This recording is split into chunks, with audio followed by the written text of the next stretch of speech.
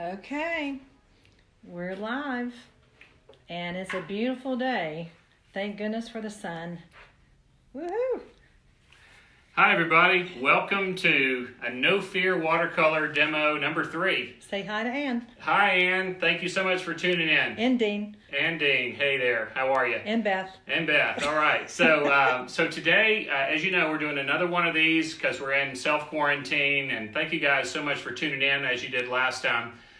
As you know, I'm a watercolor realist full-time, but I also own Shuptrine's Gallery located in Chattanooga, Tennessee. And today we're going to be doing this watercolor demo on trees, and this is really basic and elementary, but if anybody is out there that wants a little bit more instruction, you want to go a little bit more in depth, we had some great response this week from some students. I give virtual private lessons. All you need to do is contact the gallery at thegallery@shuptrines.com. As before, I'm going to have my manager, Rochelle Haddock, answering as many questions as she can, but if there's some at the end of this, I'll go back and answer them. And thank you guys so much for tuning in. I want to give a shout out to Meg Esslinger, also my son Ben Shuptrine, and my other son Jake Shuptrine, and Kylie Gallagher. If you're tuning in, hello guys, and let's get started. I want to show you a few techniques today in texture. Okay, so my beautiful wife Bonnie is behind the camera, and hey Bonnie. Hey honey. So I want to show you the 3 basic types of watercolor. You may have heard this before. You have wet and wet, you have wet on dry, and then you have dry brush, which is my favorite. And then another one of my favorites is to do dry brush over both wet and wet and wet on dry. So I'm going to show you all 3 of these, and then I'll show you the combination thereof, and then we'll actually employ these various different methods into a small composition that I've prepared for you today. Okay, so with wet and wet, basically that means that we wet the surface, and while the surface is wet, we go over and get a solution of paint, and I'm just going to put some green in this to make sure that you can see it. And while that's very, very wet, we go in and we actually apply the watercolor to the surface. And as you can see, it just sort of swims everywhere, and sometimes is out of control. And I use this technique for a lot of my atmospheric backgrounds. I know a lot of painters who actually paint everything wet and wet, and that's their style, and more power to them. But I like to use this when things are very, very far and out of focus, and so usually I reserve wet and wet for my backgrounds. Then the next technique is what we call wet on dry, and that's where you take a wash of pigment and water and onto dry paper. Here you can actually control the line. You can be very, very precise with it. You can lay down pigment, and then you can go and get water and dilute that with a wash of water, and you can control the watercolor, and you can actually make it move from one place to another. Okay, and then the third technique is where you go up and you get mostly pigment, hardly any water, mostly pigment.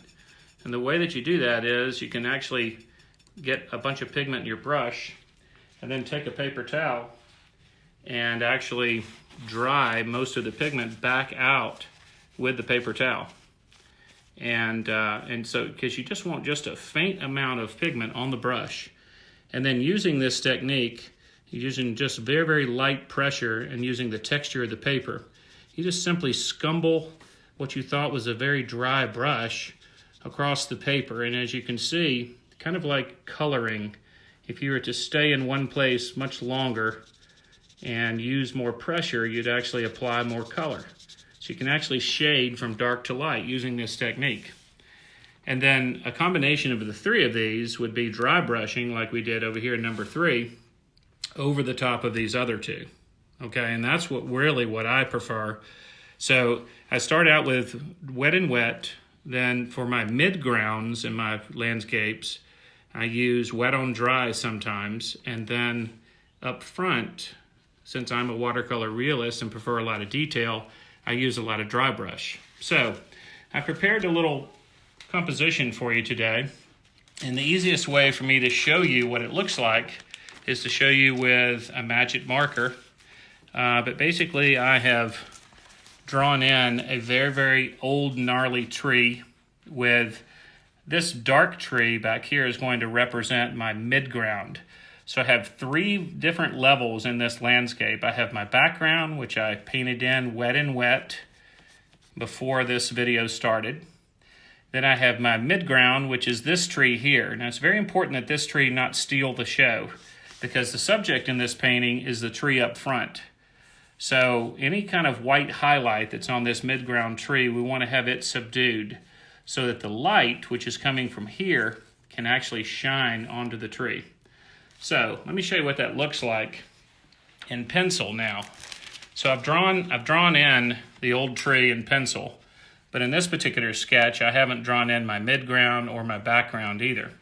But here is exactly what it looks like after the midground and background are finished. Now I mentioned last time in my demo that I use a lot of mask. And you might be able to see that I have masked off completely this entire tree. And some of you may say, well, what is mask?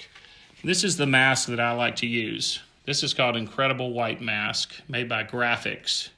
And it's basically a liquid latex that you paint onto the surface. You can get it at Hobby Lobby. And you can buy this at Hobby Lobby or any of the big box art stores, what have you. And after it dries, then you can actually go in and paint in your background.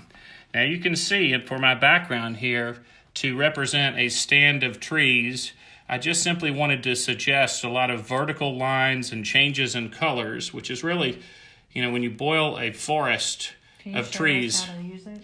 I certainly can. I can actually show you how to lay in this background. And also for those that are here, this video is going to be on our YouTube.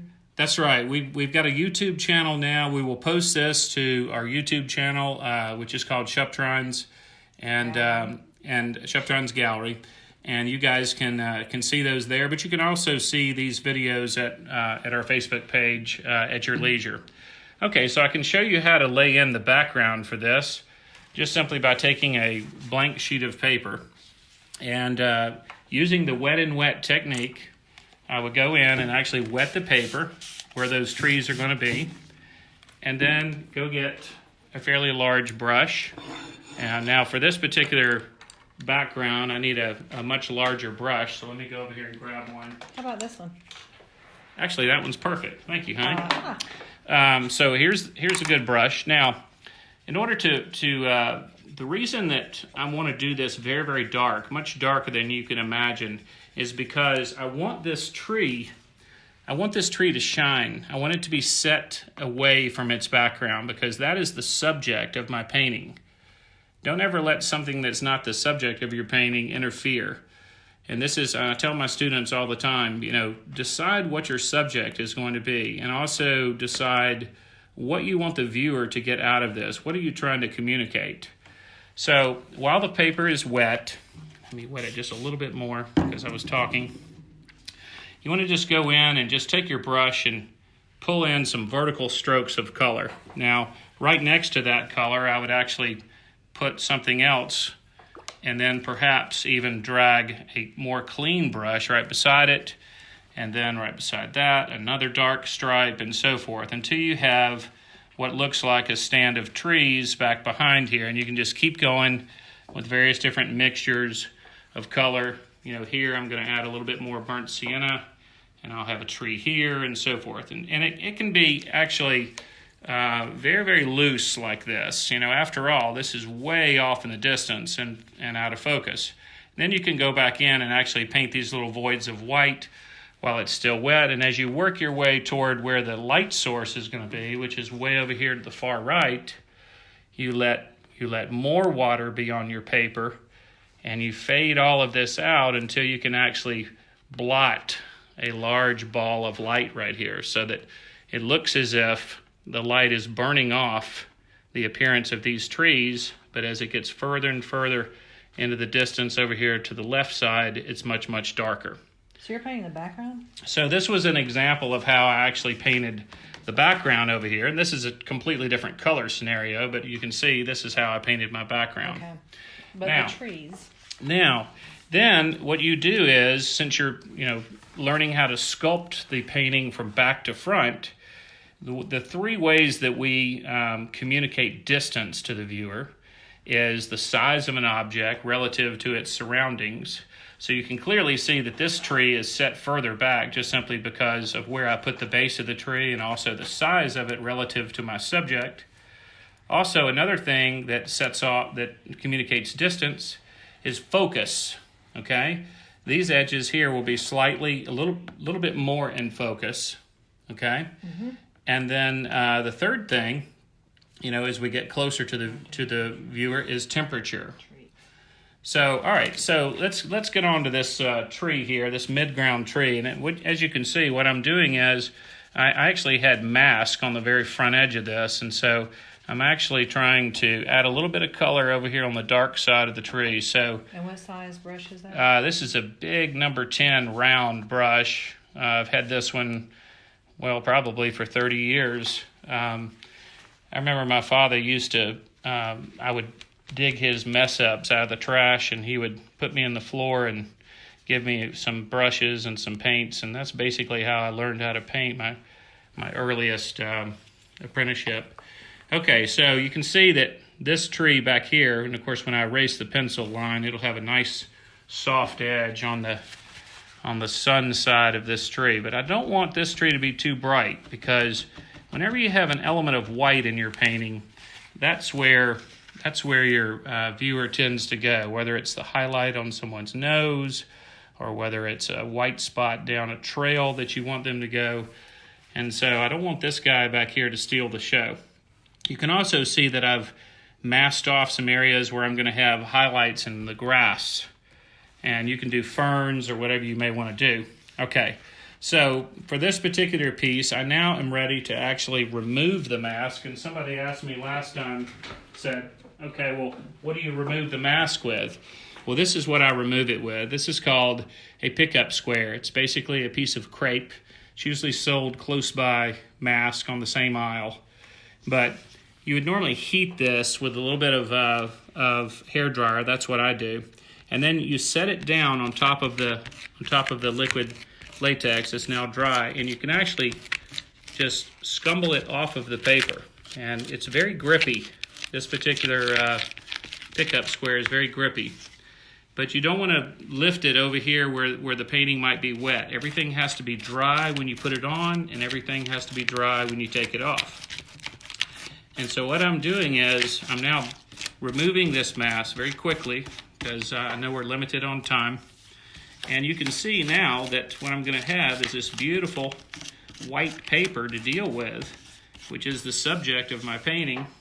And that enabled me to very freely paint in my background without disturbing the white paper for my subject, which is this tree. So if you were just to do one limb. Yeah, so if I were just to do one limb, I can show you that in a minute.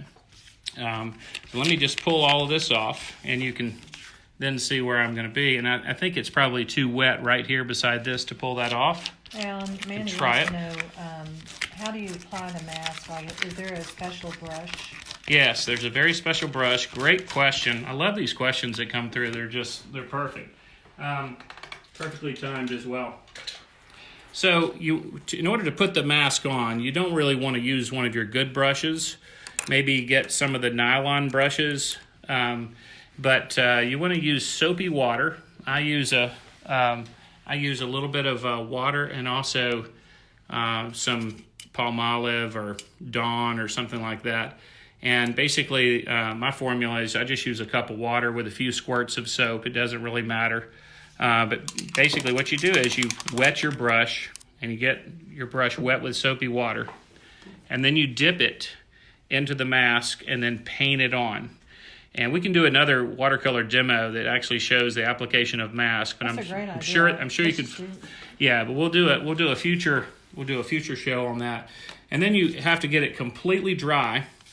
And once you get it dry, you can then pull it off. Okay.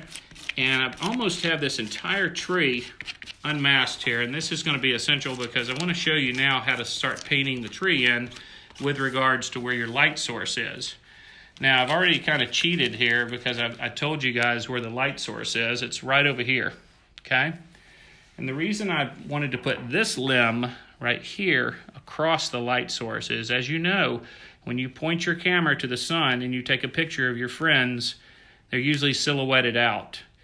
And that's because it's right into the sun. So this limb right here will be very silhouetted out. However, the trunk of the tree over here will not be silhouetted out. It will be very dark, but it will be gradually coming toward the light at the front edge of this. Say hi to Gina. Hey Gina, thank you so much for tuning in. Okay, so I want to concentrate just on this limb right here, okay?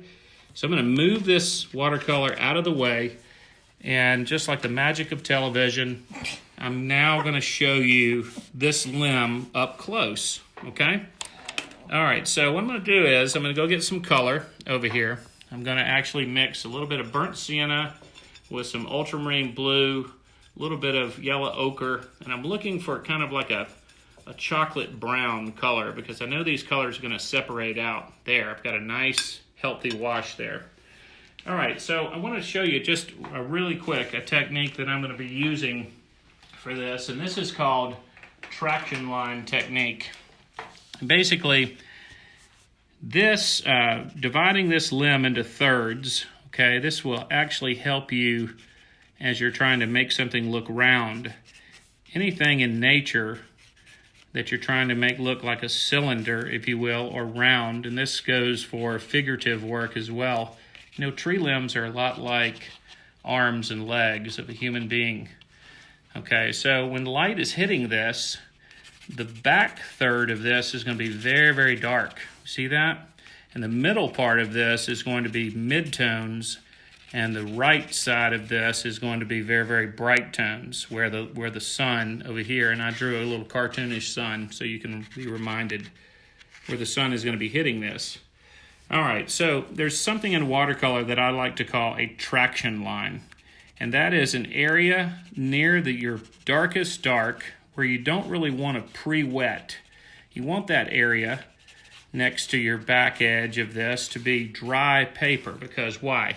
That's where it's going to get more traction. That's where you're going to have more pigment.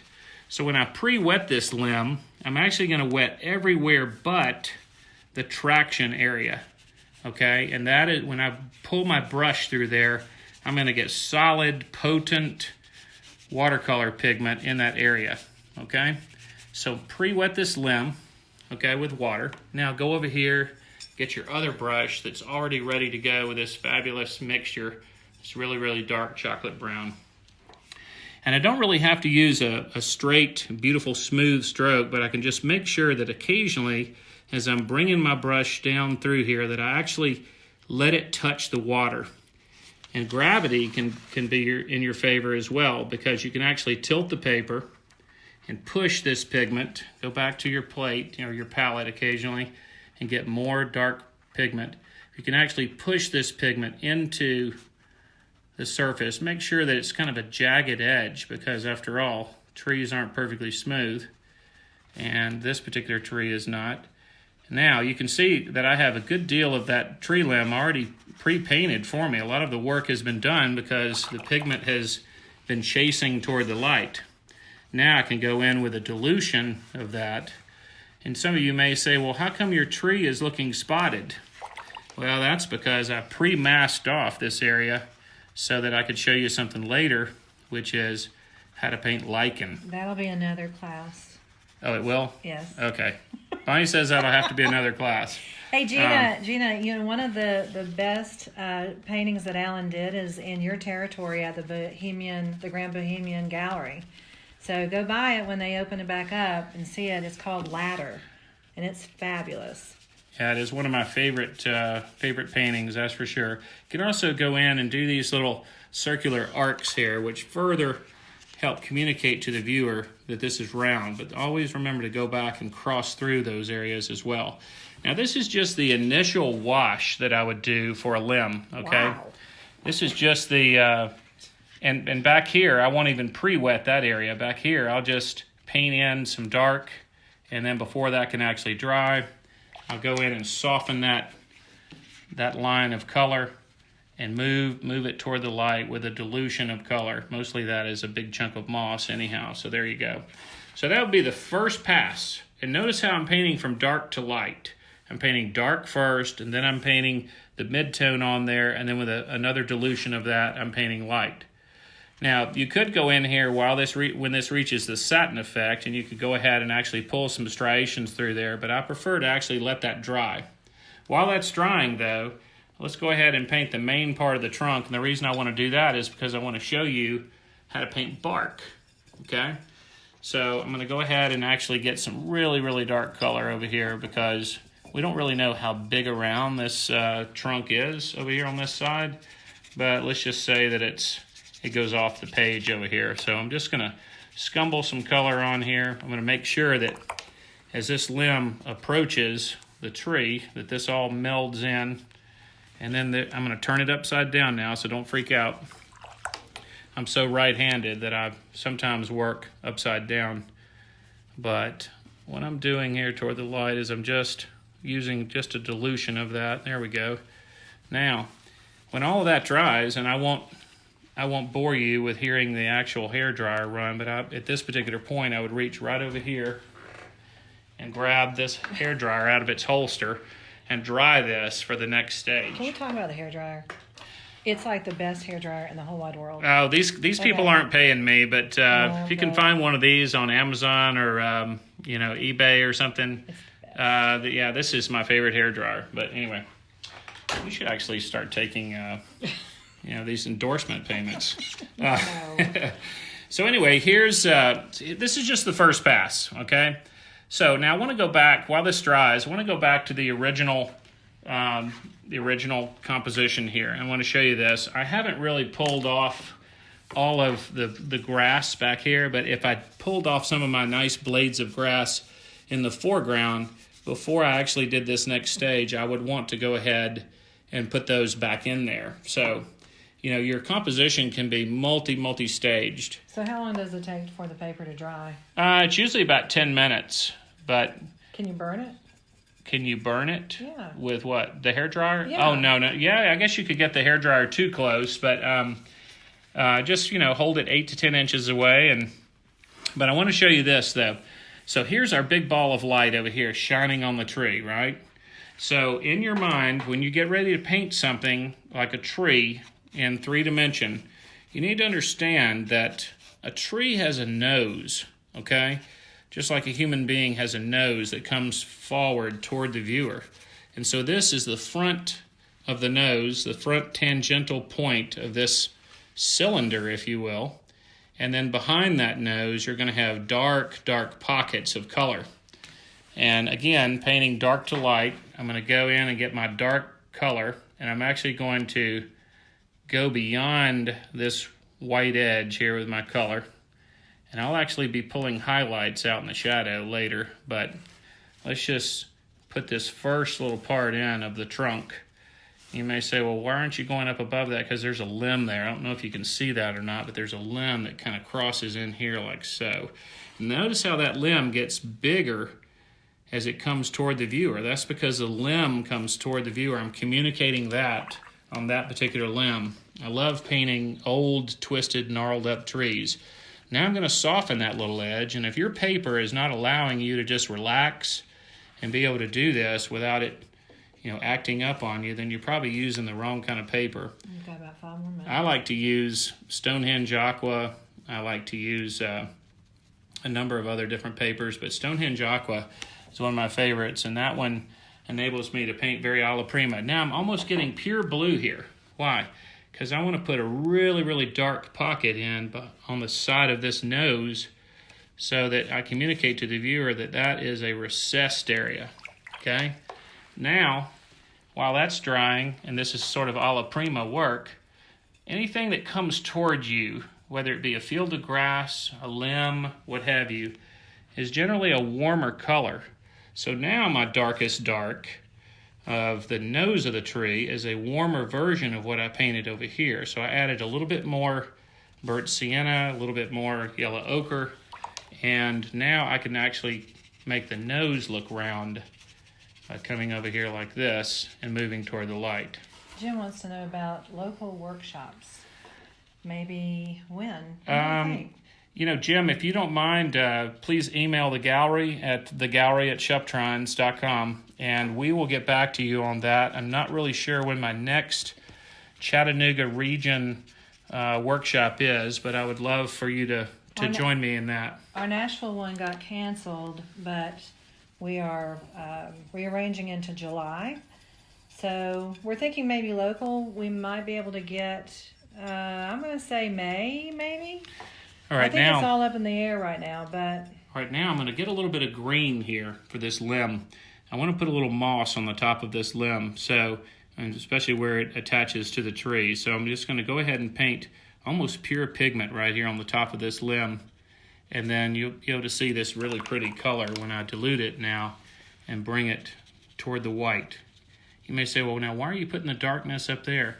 Because my light source is low on the horizon here, so it would be bathing the underside of this limb. You always have to be mindful of where the light source is as you're making up a composition, and this one is completely made up. Drew this in before I came on the air. And so I'm going to darken it right here a little bit. Okay, and so you get the idea on that. Now, I'm going to set this aside. I'm going to go back to this original one. This original one is not dry yet, but if you can bear just a little bit of noise, I'm going to pull this off, and I want to show these beautiful areas of lichen and how to paint those in. Okay, here we go. So I'm going to run the hairdryer just for a second. I promise you it won't be that long. Usually everything on my easel ends up in the floor. I'm not going to do them all. I'm just going to do this one limb. Okay, that's probably enough right there. Okay, I'm going to take my pickup square again, and now I'm going to go in and I'm going to pull all these interesting places of lichen. And you may say, well, now, how did you paint those lichen blobs on there? How did you know where to paint them? Well, here's an interesting technique. I promised you guys that I would tell you a little bit about how to add texture to your paintings. So here's how I add my lichen to my trees. Take a normal paper towel, and it's okay if you use this edge as opposed to the more smooth edge. Actually, this edge would probably be better. Just take the paper towel and fold it like this, into pleats. And they're about 1/2 inch, back and forth, back and forth. And I'm doing this really, really quickly because we're limited on time. But then after you get it pleated and you get to the end, it'll look like this. Then take it and roll it completely around in a circle and pinch it. And then you have this interesting looking little rosette like that. Who taught you how to do that? I actually just discovered this on my own. You'll come up with your own little tricks along the way if you keep experimenting with this. And then take some of your mask and pour it out on a smooth surface. Just a little bit. You don't need much. And don't spill this on the carpet. Don't get it on your clothes. It will not come out. But there's a little bit of mask right there. And what I'm going to do is I'm just going to dip it in the mask and then come over to a dry area and see how I like the way that it looks. And once I like the way of the pattern that it's laying down, you just simply go through there and stipple it onto the tree. Now each time you stipple, be sure to rotate the rosette on the next one. Otherwise, it'll look too uniform and it'll look too contrived. Do you think doing a lichen would be a good workshop? Actually, an entire longer workshop on texture would probably be good here because I haven't even gotten into the bark yet. But how much time is left? None. No time left? Okay. We're going to go overtime just 1 minute, just real quick. So when you're getting ready to do bark, okay, and we'll paint in the lichen another time. You want to just paint in a series of what I call fours. I like to just call these fours, just for the sake of the very first stage that I do. And all you're doing is don't take the number 4 too literally, but occasionally you want to do a crosshatch on it. And notice how I'm jumping over. And what size brush is that? This is a number 6. Okay. Notice how I'm jumping over basically over the lichen areas. I want to keep those separately. But you'll notice, though, that out here in the middle of the limb, the bark is wider. It's a larger piece of bark. It's fully out on the tangential part of the roundness of this, but as you get closer to the edge of the limb where it goes away, that bark width gets smaller where it's rolling around. So you need to keep that in mind. Also, as you come down the limb, generally the bark gets larger because as it flows and goes into the actual tree, it's going to meld in this way, and as it goes down the tree and you get to the very, very bottom where the trunk of the tree is, that's where the bark is actually the largest as well. Wow. So, okay, so we just scraped the surface on this. Not enough time to get it all done, but thank you guys so much for tuning in. This has been so much fun. I hope this broke up a little bit of the monotony of your self-quarantining. So you think on Sunday we should do the lichen and the grass? Yeah, maybe on Sunday we'll just simply continue what we started here. I'll leave all these pieces handy so that I can do this again. And join me again for some more textural stuff and some no-fear watercolor. Thank you guys so much for tuning in. Until then.